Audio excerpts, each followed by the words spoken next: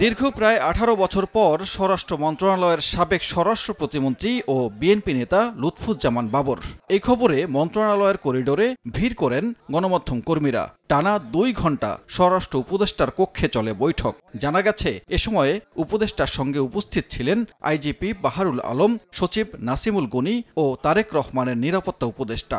বৈঠক থেকে একসঙ্গে বের হয়ে স্বরাষ্ট্র উপদেষ্টা জানান, মূলত পারিবারিক বিভিন্ন বিষয়ে আলোচনা হয়েছে, সঙ্গে ছিল রাষ্ট্রীয় 2-1টি বিষয়। স্যারের আন্ডারে আমি চাকরি করছি এবং তার সাথে আমার অনেক আগে থেকে একটা পরিচয়।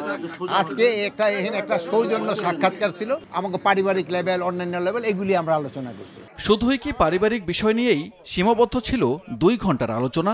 বিএনপি নেতা বাবর জানান, গণমাধ্যমে প্রকাশিত একটি শিল্প গ্রুপের সঙ্গে মিলে ভারতে বসে শেখ হাসিনার ষড়যন্ত্রের বিষয়টি অবহিত করেছেন তিনি। রোজকার সাধারণ খাবার এখন হবে অসাধারণ। প্রাণ স্বাদের মশলা, স্বাদ বাড়ায়, ঘ্রাণ ছড়ায়। পার্শ্ববর্তী দেশে পতিত সরকার যে শেখ হাসিনা, ওনার সাথে একটা বিশেষ শিল্পগোষ্ঠী, পত্রিকায় দেখেছেন আপনারা, এসএলএম গ্রুপ, তারা সেখানে একটা মিটিং করছে, সমস্ত পত্রিকা আসছে।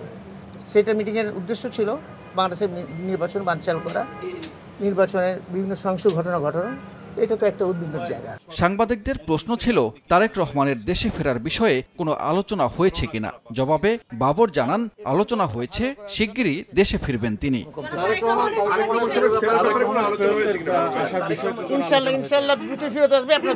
এছাড়া দেশব্যাপী আইন শৃঙ্খলা পরিস্থিতি, সীমান্ত নিরাপত্তা ও পুলিশের নতুন নিয়োগের বিষয়েও কথা হয়েছে বলে জানান বাবর। সানবীর রূপল, সময় সংবাদ, ঢাকা।